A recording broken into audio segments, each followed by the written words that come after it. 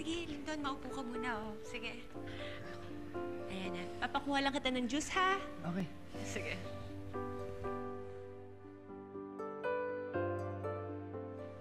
Panchang? Panchang! Ate Lucille?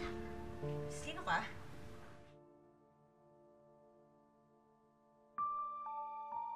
Bakit mo ako kilala? Nabanggit po ni Mama Marisa na may anak po siya. Kayo po yun, di ba? Ako nga. Eh, ikaw, sino ka? Ako po si Fina, bagong tagapag-alaga ni Mang Cardo. Fina? Anong ginagawa ni Lindon? Sinusubukang i-drawing Kuya Estong si Fina. Fina? Yun yung first love ni Kuya Lindon. Tagal niya nang hinahanap yan. Kaya lang ang problema, di niya makita-kita. Hindi naman siguro ikaw yun. Po? Hindi, wala. Nasaan nga pala si Panchang? Umalis lang po sandali. Des, ikaw na lang, ha? May bisita ako dyan sa sala. Dalhan mo ng juice, okay? Sige po. Bilisan mo.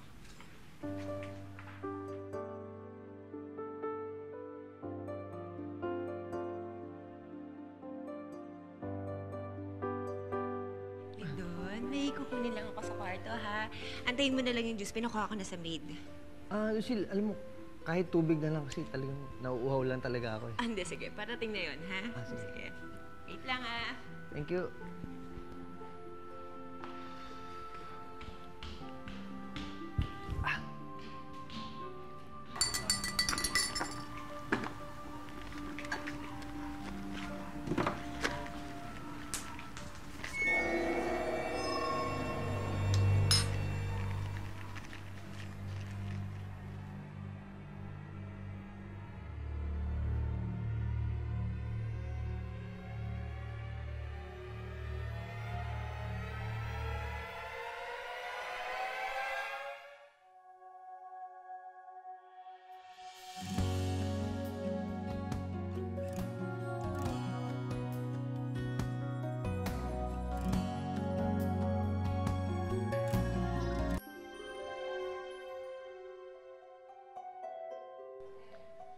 Miss?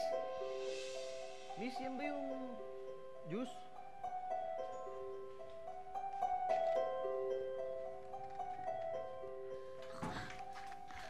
Andyan si Lindon!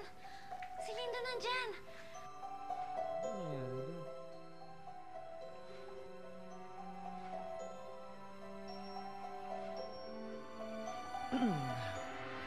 Kailangan ko siya makausap.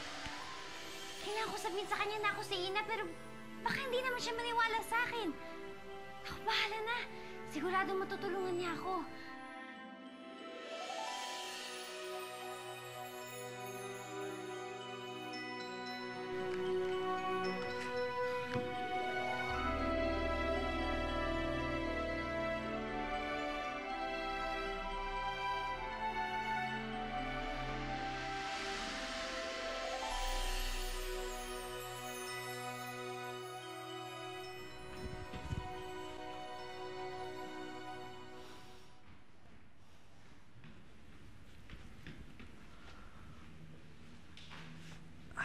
Hoy! Ikaw, anong sinisilip-silip mo dyan, ha? Wala po. Pasensya po. Pwede ba mong silip-silipin yung boyfriend ko, ha? May crush ka siguro sa boyfriend ko, no? Boyfriend niyo po? Oo, boyfriend ko. Kaya ikaw, huwag kang pa-display, okay? Asan na yung juice? Ano nga yan? Diyan ka lang sa kusina.